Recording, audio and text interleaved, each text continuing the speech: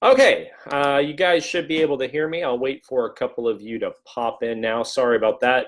Last transmission, we had a problem with that. So, for those of you connecting, let's talk about House Bill 463. Now, I know a few of you just logged on.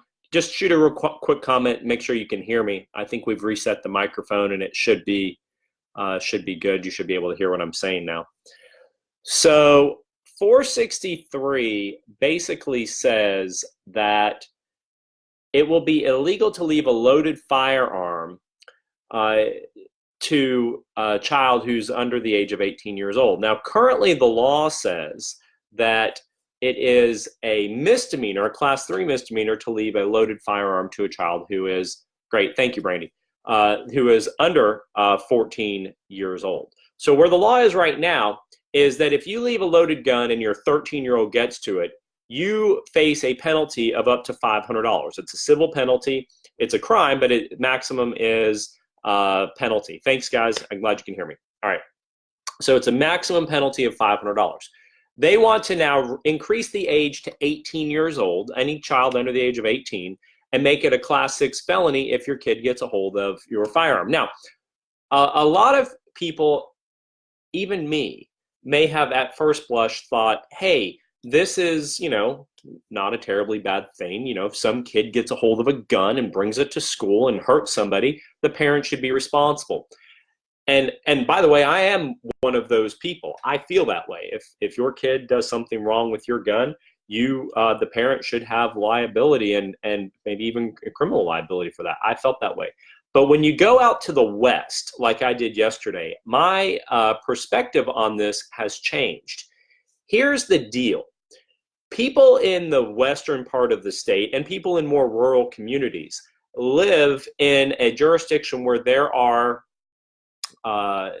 people that, there might be one police officer over a 200 square mile area. And if something happens and you call 911, it may take the police 45 minutes to respond.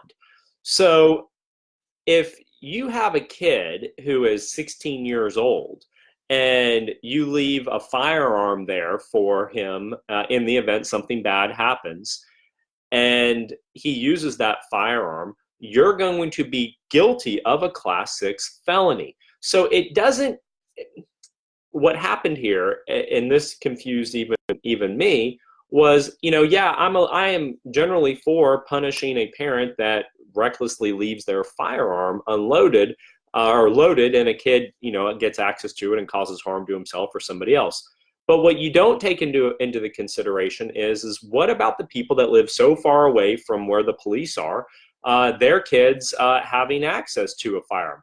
What about the guys who've taken their kids out hunting, and the kids have been hunting with their dad since they were 8 years old, and you leave a shotgun there so that the kid can go out in the woods and hunt if he's been doing it his entire childhood life, and he's now 17 years old? Does that make the father a felon because he, let his 17-year-old go out and hunt in the woods?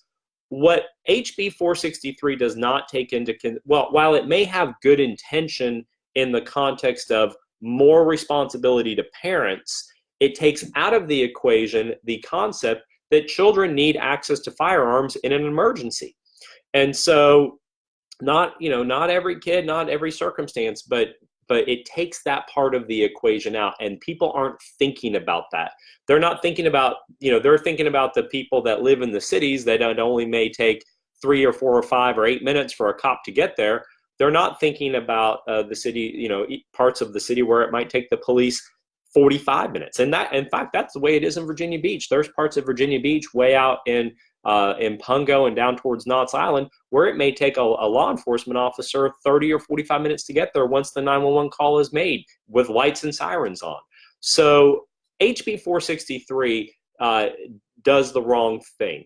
Now, should a parent be punished if they leave a loaded firearm and their kid hurts themselves and or brings it to school or something like that?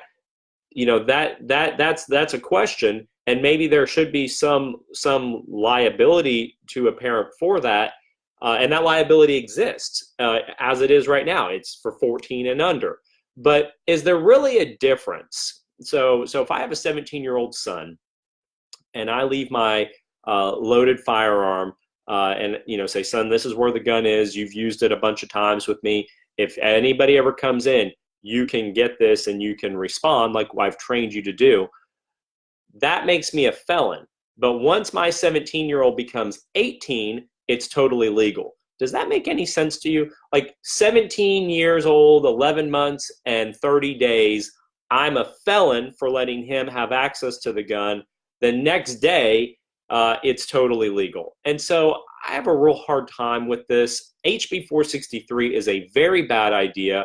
And don't get caught up like I initially did in the concept of we're trying to keep kids from bringing guns to school, because that's not what this bill does. This bill prohibits anyone from having access to a firearm under the age of 18. It's the wrong way to go. It's not going to make anybody safer. It's actually going to make people less safe, especially the ones that live further out from where police can respond. So right on 463, thumbs down on 463. Okay, I got one more video to make, and then I'm going to leave you alone today. See you in just a minute.